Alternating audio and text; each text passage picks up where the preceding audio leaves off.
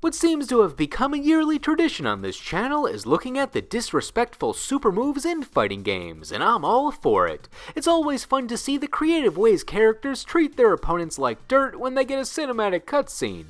Third verse, same as the first for the rules on this list. These fighting game super moves just have to do something disrespectful to the opponent beyond punching them in the face. It can be showboating, acting bored, kicking them while they're down, or just finding new ways to make the opponent look silly. It can even be unintentionally rude. It's all up to the entertainment value. Now, let's throw down with the top 10 disrespectful fighting game super moves Volume 3. Number 10.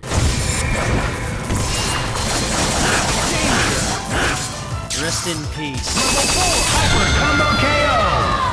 First off, Virgil is one of the best characters in Ultimate Marvel vs. Capcom 3. If you play this game on any level, get ready to see his face on like 90% of the teams, also Dr. Doom's. But when it comes to his level 3 hyper combo, Virgil does the classic disrespectful maneuver of turning his back to the opponent for part of the super.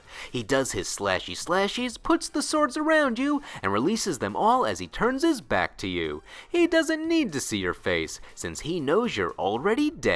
To add to the arrogance, he can only do the super when he's in his Devil Trigger mode, which is a different super move that puts him in a temporary powered up state where he taps into the devil part of his lineage. You can freely move around in Devil Trigger as it lasts a few seconds with a timer, but if you do his level 3, when he reaches the end of that super, he deactivates Devil Trigger no matter how much time you had left, since he is so sure that he'll win, or because he expels all his energy to do this move and it wears off, but either way, it's calculated. That being said, he leaves you in a crumpled state after the level 3 for a follow-up combo if it doesn't finish you off by the end of the cutscene, so he's not being stupid about looking cool, he's prepared to fight more. But it goes with how he always has something to disrespect you when he's not fighting, like flowing his hands through his hair to taunt, wearing his swords like a Gucci belt, and resheathing his sword while turning away from you. It all comes back to the back turn for him. Hyper Combo KO!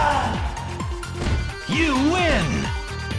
Might controls everything. Number 9.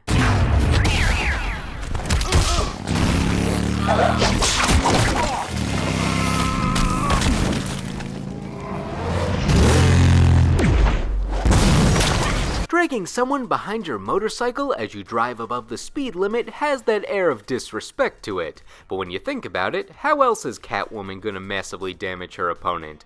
She's in a world of characters with superpowers, magical weapons, and amazing strength, while she's just a normal human with flexibility, a whip, and fake claws. So she's making do with what she has. She's not the only normal human on the rosters of the Injustice games, but she is the only one to drag her opponent against the rough asphalt. And then she leaves her opponent in the middle of the street for a few seconds after she lets go, which also feels a bit rude, just abandoning you so you can sit alone in pain. But she's actually still there. She just wanted to put you in place to drop the whole freaking motorcycle on you, and then it explodes. That also seems like a flex, since she's destroying like a $10,000 vehicle mainly to look cool, but once again, it seems like she just needs something substantial enough to even attempt to scratch the likes of Superman, or she just committed murder if she was fighting the likes of Harley Quinn. Good thing there's a plot device in this game that makes everyone as strong as Superman. And to end it, she does the reverse of cool guys don't look at explosions and directly faces the explosion as she lands away from the body. We love a nice butt pose to the camera. Disrespect aside, this is one of the most awesome poses to end a super move with.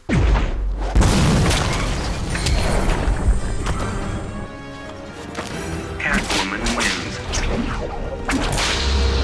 Number 8.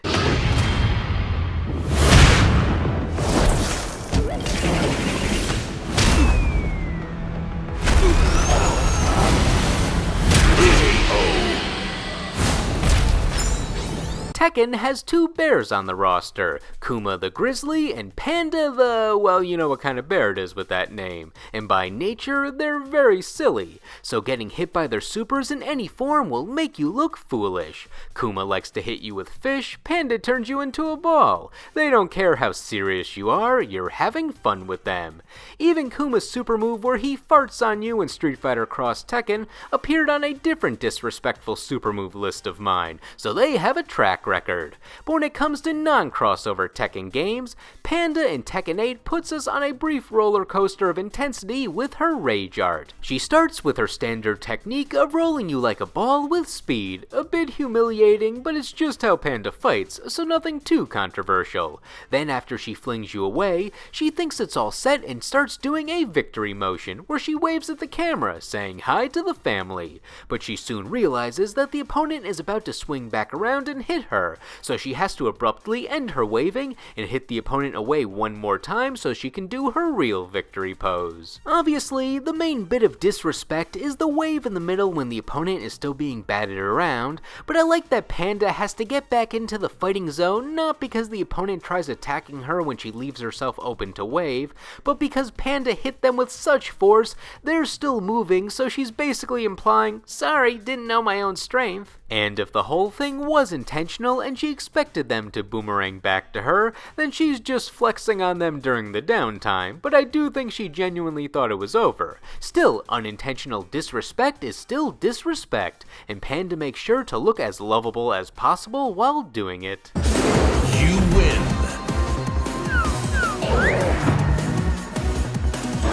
Number 7. It's over!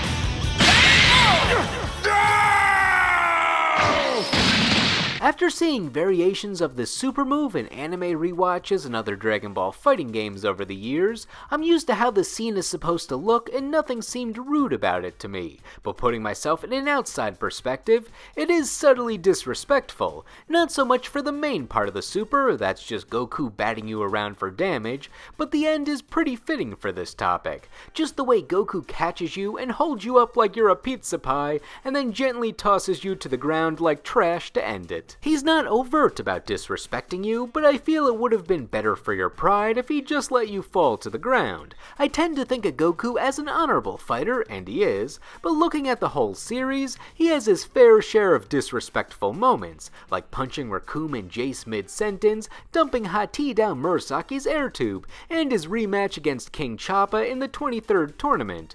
Goku was weirdly annoyed at King Choppa there, where he just embarrasses him in front of the other fighters. Goku was like, the future is now, old man. However, I think no character got it worse from Goku than Nappa, who's the character he did this move against in the source material. For context, in the manga and anime, Nappa tries attacking Goku's son and best friend after he's outmatched, so Goku kicks it up a notch with his Kaioken to stop him, leading to the catch where he breaks Nappa's back, and that doesn't include the disrespect that happened right before this where he stands on Nappa's head, or Vegeta disrespecting Nappa after that by killing him because he can't fight anymore. Nappa just had a bad strain of events here. But seeing the end of that move in Dragon Ball FighterZ, where Goku will just gingerly throw planet-destroying threats or the strongest warriors in the universe like they're nothing, reminds you that Goku can put you in your place if you piss him off enough. And forcing your opponent to be in that pose as he holds them is the icing on the cake. It's one thing when you see it against characters who've always been weaker than Goku like Nappa, but it's another thing when you see this pose done by the likes of Jiren or Cell. Just another reason not to mess with Goku. I'm a super elite! Number 6.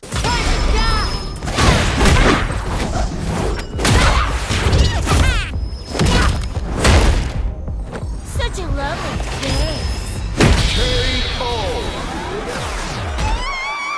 I've wanted to cover Juri's super moves ever since I started making videos on this topic. They fit it perfectly. From Juri's debut in Super Street Fighter 4, she's always relished in the pain of her opponents, so her main cinematic super moves add in that extra bit of salt. Her second ultra combo in Super Street Fighter 4 kicks them up, then kicks them down, but before they land, Juri catches them with her foot. It's almost like she's doing the Goku pose when he held up Nappa after breaking his back, only she's using her leg instead of her arm, and before slamming them to the ground properly, she taunts them a bit by saying, "That felt good, didn't it?" right into their face. No, Juri, that did not feel good. Get your toes out of my spine. That felt good, didn't it?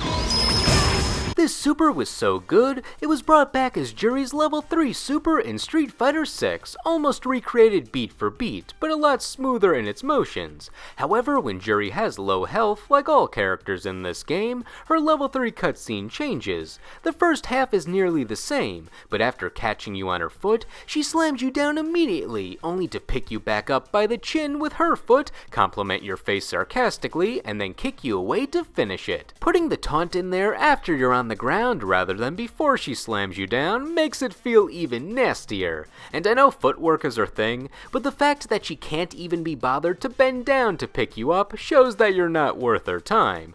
It is at least nice that she says she likes your face before she ends the move, but she's probably only fond of it because she's about to kick it into a wall. Judy wins!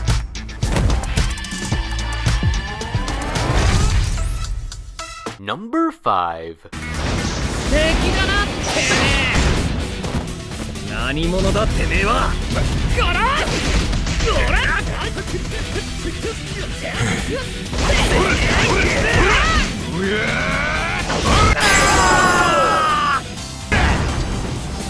ちょっとやりすぎたかな。やばいよ Hey, it's one of the memes, guys! Part of the reason JoJo's Bizarre Adventure scenes become well-known memes is because the original scenes are pretty damn funny, and this is one of Abachio's most memorable moments in the series. As with most characters in the 2022 fighting game for JoJo's Bizarre Adventure, titled All-Star Battle R, they can summon their assist character for some attacks, called their stand, outside the Part 1 and 2 characters. Abachio, though, did not have a stand conducive for combat in the series.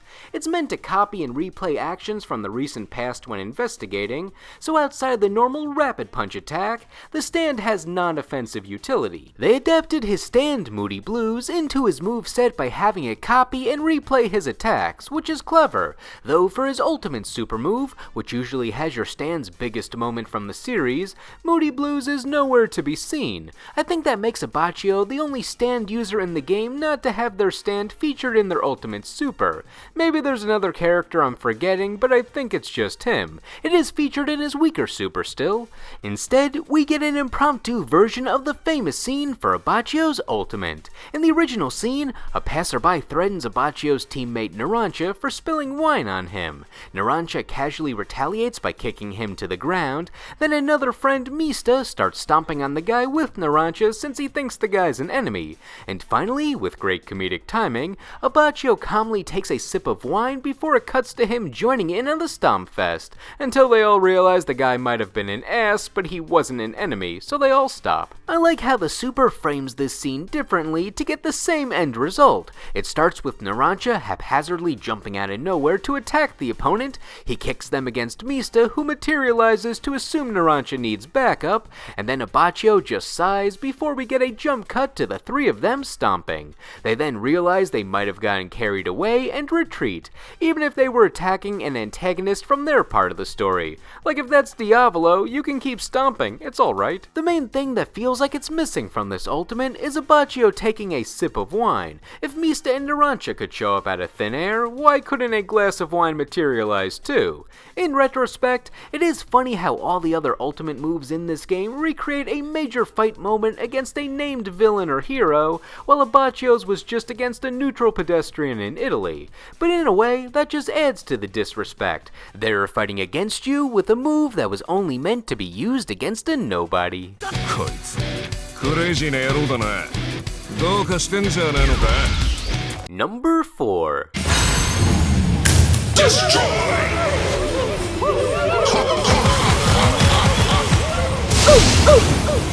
Oh, this super hits all the right beats for being rude. In the Power Rangers fighting game Battle for the Grid, one of the main antagonists, Lord Zed, has a super move that embodies how he knows he's better than you. A major part of his game plan beyond his own powers and giant mechs is his Putty Patrol minions, who he just sends out to be disposable distractions, just like in the show. So for his super move, he just multiplies that strategy. He commands his putties to destroy the opponent, then immediately sits down on his throne to watch. Where did he get that throne? It doesn't matter. He's Zed. He can just do that. And now he gives a thumbs down as a sign for the putties to finish it. And they do that by stomping on the opponent while they're on the ground, which we've seen as one of the classic disrespectful maneuvers. That's incredibly cocky. He has all the amazing powers of the galaxy in his staff, but he instead just decides to take a break and let his underlings gang up on you.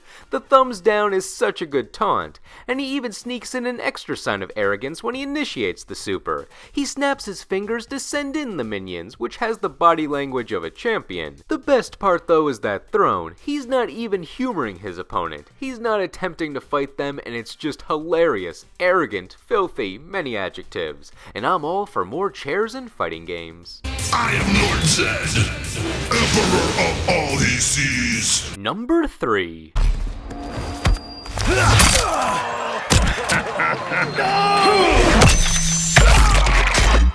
The first half of this super move is technically irrelevant to its ranking, since in Mortal Kombat 1, your cameo character, which is your assist character, does their short super move to lead into the super of the main character you're playing as. But as for the reason this super move is here, it's Johnny Cage, who's always been the main guy to look to when you want your showboating or straight up disrespect in the Mortal Kombat series. It was there from the beginning with his nut punches and celebrity sunglasses, and it continued into the modern day with you name it. Mortal Kombat 11 came close to getting a spot on this list, where he bashes you with one of his acting awards to remind you why he's the best on and off the arena. But he knocks it out of the park with his super move in the following game, Mortal Kombat 1. Yes, a confusing title if you're unfamiliar with the Mortal Kombat game names. After his partner does their share of the super move, called the Fatal Blow, he nonchalantly walks up to the opponent, completely cocky that they won't interrupt him, and then he does a little break of the camera and fourth wall by slamming their face into it, and then he grabs the actual camera filming to throw it down onto their ribs. Good thing this fight is filmed with multiple cameras, or else we'd be screwed. However, you can add an extra dose of unnecessary style if you delay the start of the super. By holding down the buttons to initiate it, Johnny does a little dance before the cutscene, which mocks you as the crowd chants Johnny, Johnny, Johnny, Johnny, Johnny. And the dance is not just for show, since if your opponent hits you with a move close up while you're doing it, he counters it immediately and begins the Fatal Blow. In a way, that's more commendable. He knew his opponent was a threat being the fighter they are, so he was prepared to continue fighting if they interrupted him. Though the person who's disrespected the most during this move is whoever's covering the bill on all that broken filming equipment. Bring it! Johnny Cage wins. Number 2.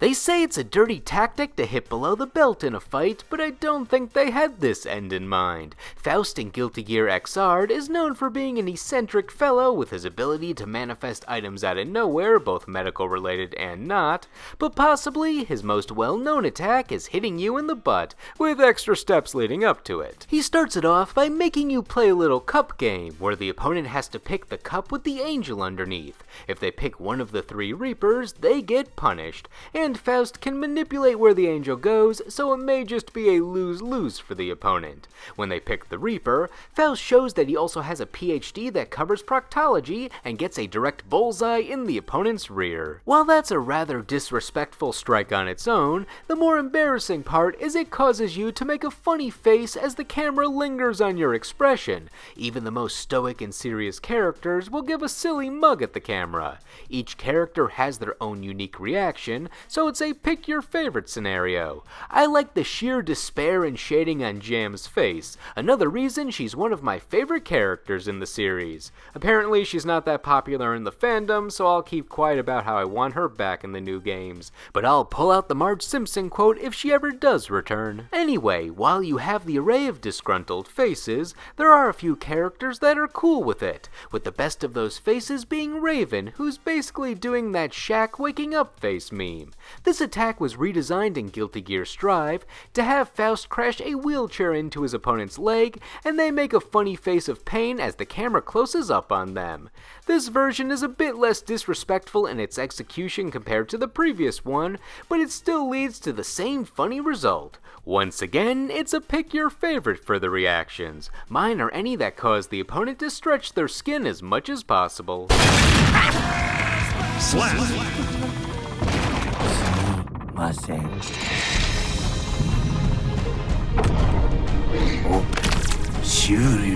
For number 1, you know the drill, or maybe you don't, but we need a super move that disregards all etiquette when fighting. What super move is all about the user and treats the opponent merely as a stepping stone to make its user look cool. Once I saw this super, the choice was clear, or should I say golden. Number 1. You want to test my power? My alchemy?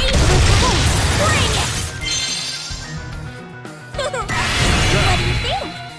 Not now. Yes. You're doing everything right here, encasing your opponent in gold only to build a perfect replica statue of yourself to crush them, and then you also pose with the statue for good measure. I've always been a fan of how Algol sits his throne on top of you in Soul Calibur, and this super found a way to one-up that entirely. Cagliostro in Grand Blue Fantasy Versus, and its follow-up Rising, is an elderly alchemist who is seemingly immortal, but has to keep making new bodies as the old ones age out, so she wasn't always a chibi anime girl, but that's what she wanted to be this time. It's like if M. Bison actually succeeded in using Cammy or the other dolls as his new bodies, rather than ones that just look the same as the original for the sake of marketing. Being highly experienced in alchemy, she can create metal objects in no time, comboing her opponent with them. And because her body doesn't reflect her age, she switches on and off from a cutesy voice to a gruffer, arrogant voice when she gets the advantage, or disadvantage, or whenever she wants to. The tonal shift is common for her. Learning about the mini era seems way more fun, which is why we are going to do this slowly. But having such a high opinion of herself means when she manages to summon enough gold for her super move, she's reforming that gold into the best thing she can think of, herself. And that extra pose is just salt in the wound. You're now an accessory for her museum. Not to mention, when she wins, she sits on a throne of gold, which goes back to me saying that fighting game thrones maximize your disrespect levels. This super move truly embodies Cagliostro's personality within a few seconds, just how it encases your opponent in a golden prison. So I can't think of any super move more worthy of a number 1.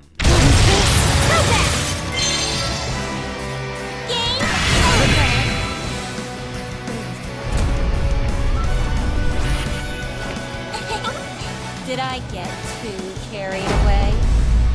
Now, what did you think? Were the disrespect levels of these super moves off the charts, or were some of them more polite than I gave them credit for? And what are some of your favorite disrespectful super moves in fighting games, whether I discussed them or not? Let me know in the comments. Anyway, thank you all for watching, and I will see you in the next video.